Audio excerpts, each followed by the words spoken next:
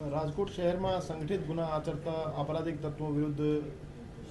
એમને નિયંત્રણમાં લેવા માટે માનનીય સીપી સર બ્રિજેશકુમાર જાસર અને અધિક પોલીસ કમિશનર શ્રી ચૈતન્ય મંડલિક સર દ્વારા રાજકોટ શહેર ક્રાઇમ બ્રાન્ચને સૂચના આપવામાં આવેલ હતી।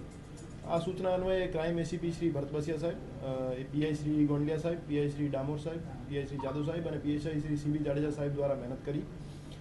શહેરમાં છેલ્લા ઘણા વર્ષોથી સંગઠિત ગુના આચરતી અલ્તાફ 6 આંગળીની ટોળકી વિરુદ્ધ આજે ડીસીબી પોલીસ સ્ટેશનમાં જીસીટીઓસીની યોગ્ય કલમો હેઠળ એક ગુનો દાખલ કરવામાં આવેલ છે।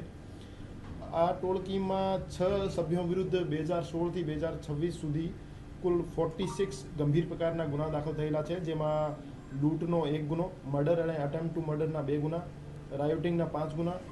મારામારીના 6 ગુના અને દારૂ જુગારના કુલ 33 ગુના ધ્યાને લેવામાં આવેલ છે।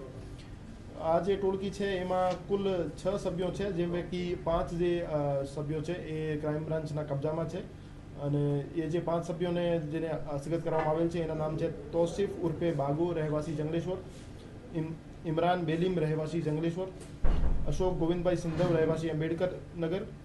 ભરત વાસુર રહેવાસી રાજકોટ અને ઇકબાલ વડાવરિયા રહેવાસી મોરબી। આ જે ટોળકી છે અને એના જે સભ્યો છે એના દ્વારા રાજકોટ શહેર સહિત આજુબાજુના જિલ્લાઓ જેમ કે મોરબી, જૂનાગઢ, રાજકોટ ગ્રામ્ય સહિતના વિસ્તારમાં દારૂ, પ્રોહિબિશન અને જુગારની પ્રવૃત્તિઓ ચલાવવામાં આવતી હતી અને મોટાભાગના જે છે એ લિસ્ટેડ બુટલેગર્સ છે અને એનું મૂળ કામ જે છે બુટલેગિંગ કરી નાના નાના બુટલેગર્સને દારૂ સૌરાષ્ટ્રના અમુક જિલ્લાઓમાં સપ્લાય કરવાનું કામ છે। તો દારૂ જુગારની જે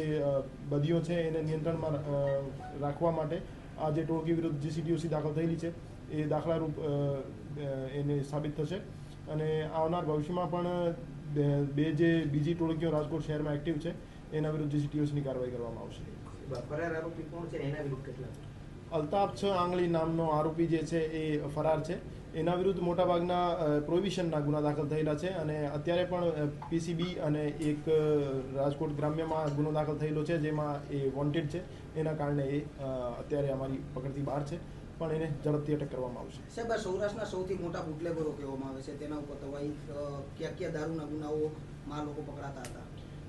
મોટાભાગના જે આ ટોળકીના સભ્યો છે એમની આજીવિકાનો મૂળ સ્ત્રોત દારૂની પ્રવૃત્તિઓ અને જુગારની પ્રવૃત્તિઓ ચલાવી અને પ્રોપર્ટીઝ ઊભી કરી એમને કિરાયા ઉપર આપવાનું કામ હતું અને એ જે સભ્યો છે એ સૌરાષ્ટ્રના જે નાના નાના બુટલેગર્સ છે એમને